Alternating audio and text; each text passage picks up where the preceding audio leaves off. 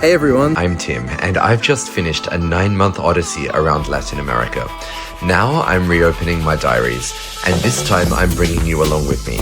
Week by week, country by country, all the colors, all the craziness, all the food, all the music, and all the splendor. 9 months when each morning was a new adventure. The road was my companion, and Latin America cast its spell on me. This is my Latin America Diaries. Welcome back to Latin America Diaries. We flew out of Cusco on a direct flight to the Chilean capital and LATAM Airlines home base, Santiago. After a couple of hours in the air, we began our descent over the long spine of the Andes Mountains before landing into the city. Once in Santiago, we checked into the very friendly W Santiago Hotel, which had enormous rooms and quickly became the perfect place to slow down for a few days. In a moment, I'll be taking you down south of Chile to Pucón, but for now we're going to stay in Santiago for a while because this is where Amit spent his last few days in South America before heading home. If you're enjoying this series, then please consider giving this video a like and subscribe to my channel. And if you really like what you're seeing, please share my content on social media and please tell your family and friends about it. It really helps me grow this channel and I really appreciate it a lot.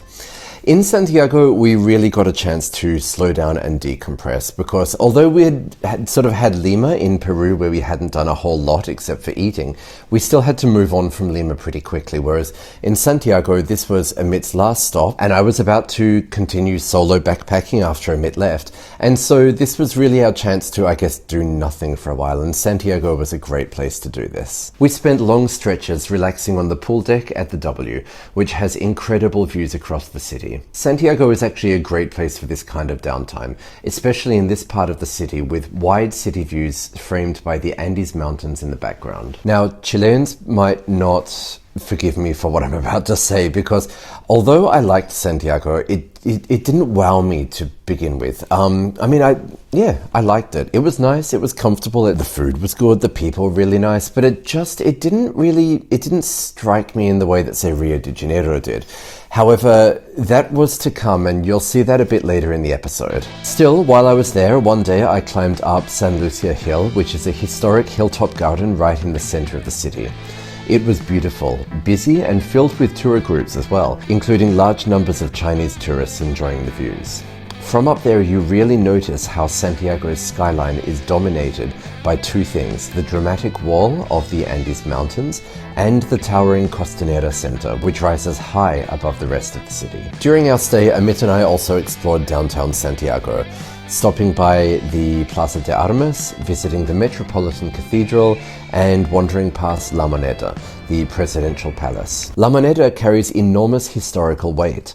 It was bombed during the 1973 coup, an extraordinary and unsettling moment in history when a country's own military attacked its presidential palace. If you're interested in modern history and reading about what could lead up to an event like that, I would absolutely recommend learning and reading more about that period in Chile's history. It's very, very interesting and quite disturbing as well.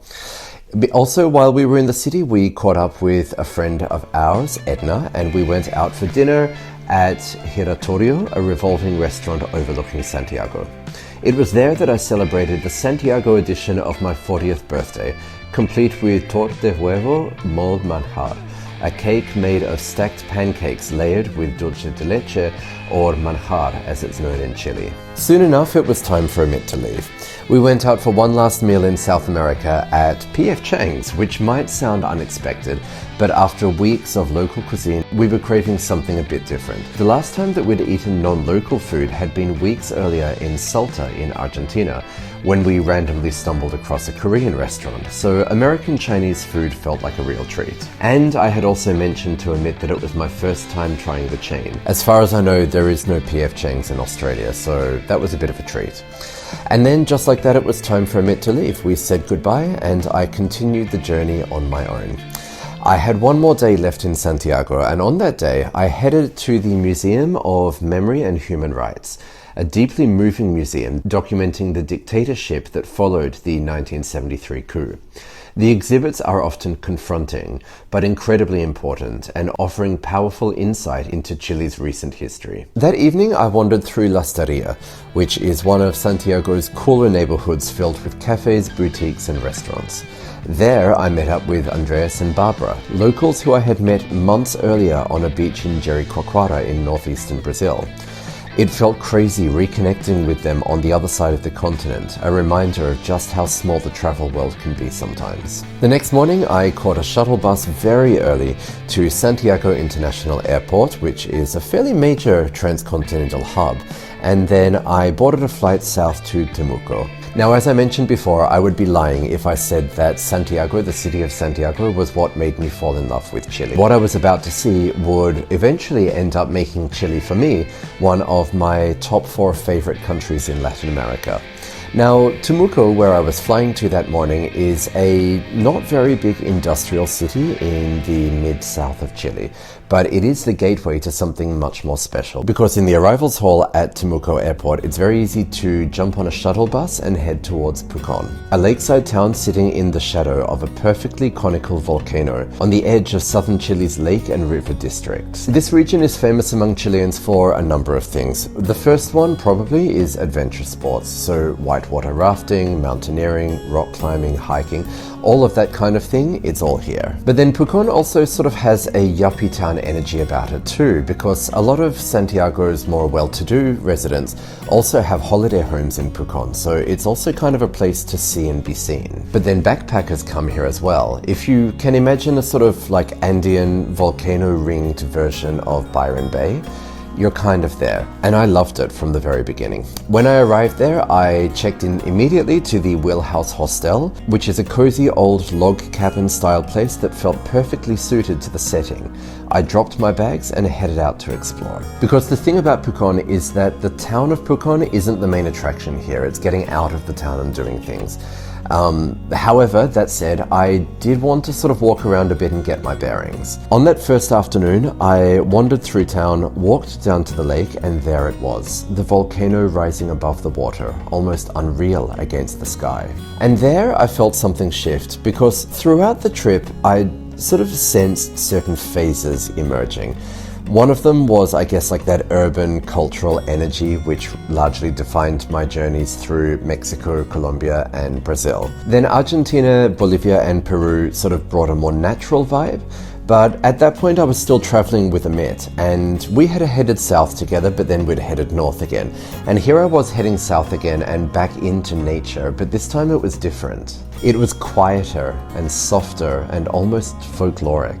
A kind of cottagecore wilderness, forests, lakes, wooden cabins, colder air, and slower rhythms. And unlike Ushuaia in the far south of Argentina, where I had sort of flown in and flown out, there I really felt like I was passing through the landscape, whereas here I felt like I was sort of settling into it. By this point it was April, autumn in the southern hemisphere. The leaves were beginning to turn, the light felt lower and softer, and evenings arrived earlier. And for the first time on the trip, I became aware that more than half of it was already behind me. It was sort of odd, it didn't feel lonely. I felt alone, but not lonely. It kind of felt more introspective, slower, more thoughtful and deliberate, more inward in a way. If earlier parts of the journey, like Colombia and Brazil, felt like chaotic eras, they would have been 1989. And here I was now very much in folklore and ever more territory. And this was only the beginning of southern Chile. I sat there by the lake, watching the sun set behind the mountains to the west, the fading light dancing across the ripples of the water in front of me. Slowly the cold began to creep in, and I could feel something changing. But it wasn't a bad change, it was just different. The next morning I woke up and headed directly for the car rental office, where I had already made a booking to rent a car for that day to get out of the town. Except things didn't go quite according to plan, because when I got there they asked me for a credit card, so no problem, I put my card down and it didn't work. My Chilean SIM card at this point in my phone wasn't working, so I connected to the Wi-Fi at the place and then was calling around to some friends because I thought, maybe I could figure it out somehow, but at the same time was slipping away from me. And I had the booking, like the car was ready to go. So I called my parents to see if they would mind helping out in this situation. Of course, it was the middle of the night in Australia, so they didn't pick up the phone. I called a couple of other friends, and then eventually it dawned on me that the only friends around who would be awake and potentially in a position to help me would be in Pakistan, where it was still early evening. So I called a friend of mine in Pakistan who very, very generously came to the rescue. And if you're watching this, you know who you are, and thank you so much. You know that you saved the day, but I think it really bears repeating just one more time that thank you so much. You really saved the day there. And with that done, I got the keys and jumped in the driver's seat and off I went. I'd been given a few recommendations about places around Pucón to visit by a friend of mine, Nacho, who lives nearby but not in Pucón, and I'd be meeting him actually in the next week.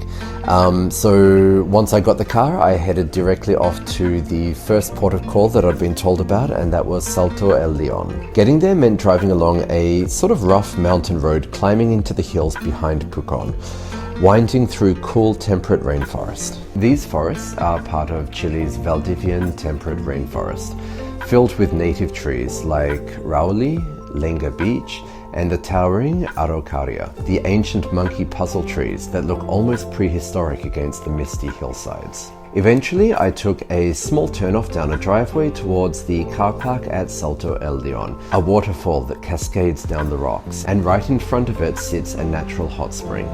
Now, my friend Nacho had posted about this place almost non-stop while he lived closer to Pucón, and I already had high expectations, but honestly, it was even better. The air was cold and slightly spitting with rain, and the mist emanating from the base of the waterfall. Pine and native forest surrounded the valley. Steam rose from the hot water, while the waterfall thundered nearby.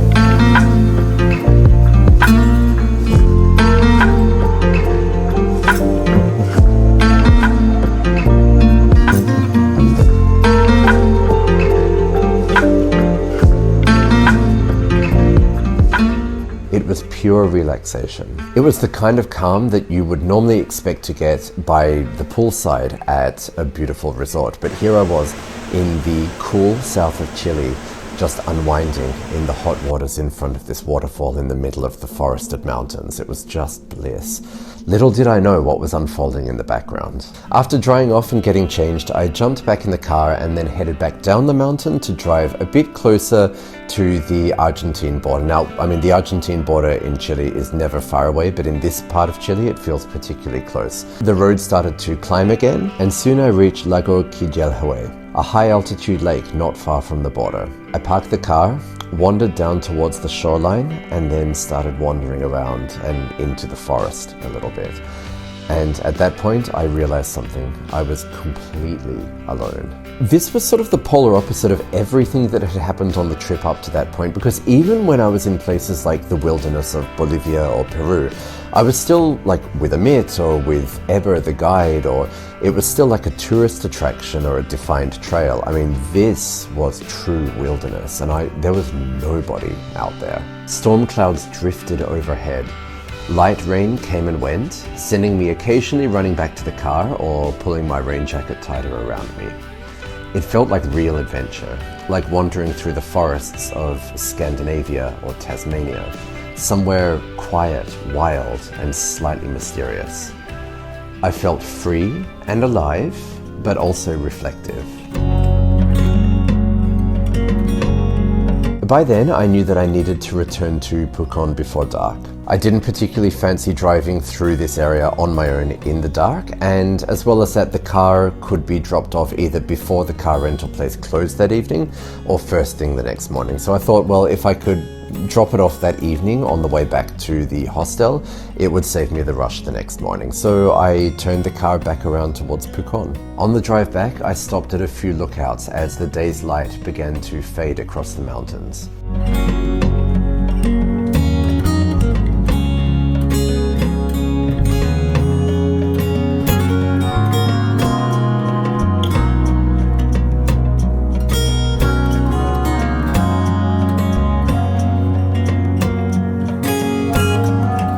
I had spent the entire day driving through wilderness, relaxing in a hot spring, wandering along the edge of a remote, high-altitude lake, moss clinging to rocks and hanging from tree branches overhead. I hadn't seen a whole lot of other people that day, and I was really thinking about that and sort of like letting it settle over me as I drove back into Pucón that evening.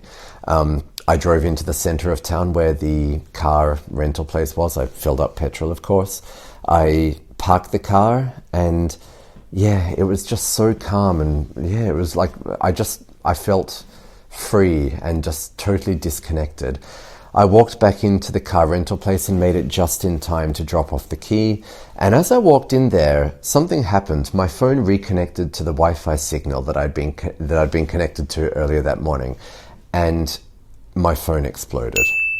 Dinging, pinging, notifications. It was frantic, and I handed back the key before I got to my phone, and I opened up my phone to see what was going on.